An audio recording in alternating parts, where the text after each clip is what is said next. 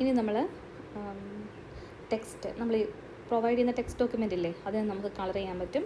Colour ചെയ്യാൻ വേണ്ടി നമുക്ക് വേണമെങ്കിൽ ഡയറക്റ്റായിട്ട് കളർ വാല്യൂ കൊടുക്കാം. അല്ല എങ്കിൽ നമ്മൾ കളർ സെറ്റ് ചെയ്യാൻ വേണ്ടി നമ്മളതിന് വാല്യൂ സെറ്റ് ചെയ്യാൻ വേണ്ടി RGB ഓഫ്, RGB എന്ന് വെച്ച് കഴിഞ്ഞാൽ റെഡ്, G എന്ന് വെച്ച് കഴിഞ്ഞാൽ ഗ്രീൻ, B മീൻസ് ബ്ലൂ. അപ്പോൾ ഇതിൽ മൂന്നും നമുക്കൊരു വാല്യൂ 0 to 255 വരെ ഓരോ വാല്യൂം റേഞ്ച് ചെയ്യും.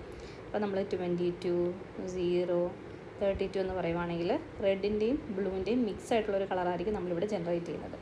അങ്ങനെ കൊടുക്കാം. നമുക്ക് സ്പെസിഫിക് ആയിട്ട് കളർ അറിയാമെങ്കിൽ കളറിൻ്റെ പേരങ്ങ് പറഞ്ഞു കൊടുക്കാം. കളർ ഇപ്പം ബ്ലൂ ആണെങ്കിൽ BLUE, ഓറഞ്ച് ആണെങ്കിൽ കളർ ഓറഞ്ച്, COLOR ആണ് കേട്ടോ, ഓറഞ്ച് എന്ന് പറഞ്ഞിട്ട് നമ്മൾ ആ കളറ് മെൻഷൻ ചെയ്ത് കൊടുക്കാം.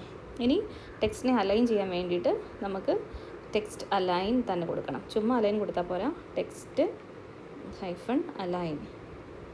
ഇപ്പോൾ നമുക്ക് സെൻറ്റർ കൊടുക്കാം, ലെഫ്റ്റ് അലൈൻ കൊടുക്കാം, റൈറ്റ് അലൈൻ കൊടുക്കാം, എന്ത് വേണമെങ്കിലും കൊടുക്കാം. ഇപ്പോൾ സെൻറ്ററാണ് കൊടുക്കുന്നതെങ്കിൽ ടെക്സ്റ്റ് അലൈൻ സെൻറ്റർ. പിന്നെ അടുത്തത് നമുക്കൊരു പർട്ടിക്കുലർ പൊസിഷന് ശേഷമാണ് എഴുതി തുടങ്ങേണ്ടതെങ്കിൽ, ഇപ്പോൾ നമ്മുടെ സ്ക്രീൻ ഇതാണ്, എനിക്കൊരു കുറച്ച് ദൂരം മാറ്റിയിട്ട് വേണം എഴുതി തുടങ്ങാനായിട്ടെങ്കിൽ നമ്മളതിന് എന്ത് ചെയ്യും, ഇൻഡൻറ്റേഷൻ അല്ലെങ്കിൽ സ്പേസ് കൊടുക്കത്തില്ലേ, സെയിം സംഭവം തന്നെ. അപ്പോൾ ടെക്സ്റ്റ് -ഇൻഡൻറ്റ്. ഇത് എത്ര പിക്സലാണോ മൂവ് ചെയ്യേണ്ടത് ആ പിക്സലിൻ്റെ വാല്യൂ. 12 പിക്സൽ ആണെങ്കിൽ 12 പിക്സൽ പൊസിഷൻ, 1 2 3 4 5 6 7 8 9 10 11 12ാമത്തെ പിക്സൽ പൊസിഷന് ശേഷമായിരിക്കും ആ ഒരു കറസ്പോണ്ടിങ് ആയിട്ടുള്ള ഫോണ്ട് അവിടെ സെറ്റ് ആവുന്നത്. ഓക്കെ, ഇനി പറഞ്ഞ കാര്യങ്ങളെല്ലാം ഒന്നുകൂടെ പറയാം. ഫോണ്ടിന് നമുക്ക് ഫോൺ ഫാമിലി ഉണ്ട്, സൈസ് ഉണ്ട്, സ്റ്റൈലുണ്ട്, വെയിറ്റ് ഉണ്ട്. ഫോൺ ഫാമിലി എന്ന് വെച്ച് കഴിഞ്ഞാൽ നമ്മൾ ടൈംസ് ന്യൂ റോമൻ എന്നൊക്കെ പറയത്തില്ലേ, Times New Roman, Arial, Calibri അങ്ങനെ. പിന്നെ ഫോണിൻ്റെ സൈസ് എത്രയാണെന്ന് വെച്ച് കഴിഞ്ഞാൽ കൊടുക്കുക. സ്റ്റൈൽ അത് വേണമെന്ന് വെച്ചാൽ ഇറ്റാലിക്സോ ബോൾഡോ സ്ട്രൈക്ക് അണ്ടർലൈൻഡോ അങ്ങനെ എന്ത് വേണമെങ്കിലും കൊടുക്കാം. ഫോൺ വെയിറ്റ് നമുക്ക് മിനിമം, നോർമൽ, ലോ, ഹൈ എന്നൊക്കെ പറഞ്ഞ് കൊടുക്കാം. അപ്പോൾ അത്രയും കൂടെ സ്ട്രോങ് ആയിട്ട് അത് ഡിസ്പ്ലേ ചെയ്യും. പിന്നെ ടെക്സ്റ്റ് ഡെക്കറേഷൻ എന്ന് വെച്ച് കഴിഞ്ഞാൽ നമുക്ക് ടെക്സ്റ്റിനെ നമുക്ക് അണ്ടർലൈൻ ചെയ്യാൻ വേണ്ടിയിട്ട് യൂസ് ചെയ്യാം, ഇറ്റാലിക്സ് ആക്കാൻ വേണ്ടി യൂസ് ചെയ്യാം. പിന്നെ ടെക്സ്റ്റിനെ നമുക്ക് പാഡ് ചെയ്യാം.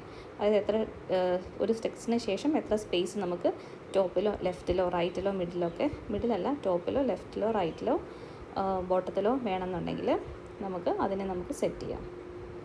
ദെൻ ഇത്രയാണ് ബേസിക് ആയിട്ടുള്ള സ്ട്രക്ചേഴ്സ് ഉള്ളത്. ആ സ്ട്രക്ചേഴ്സ് ജസ്റ്റ് നോക്കുക. ഓക്കെ, അപ്പോൾ ടെക്സ്റ്റും ഫോണ്ടുമാണ് നമ്മൾ മെയിൻലി നോക്കിയത്.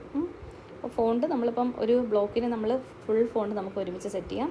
ഒരു പർട്ടിക്കുലർ ടെക്സ്റ്റിനെ നമുക്ക് വേണമെങ്കിൽ അലൈൻ ചെയ്യാം, ഓരോ പർട്ടിക്കുലർ സ്ഥലത്തേക്ക് നമുക്ക് അറേഞ്ച് ചെയ്യാം.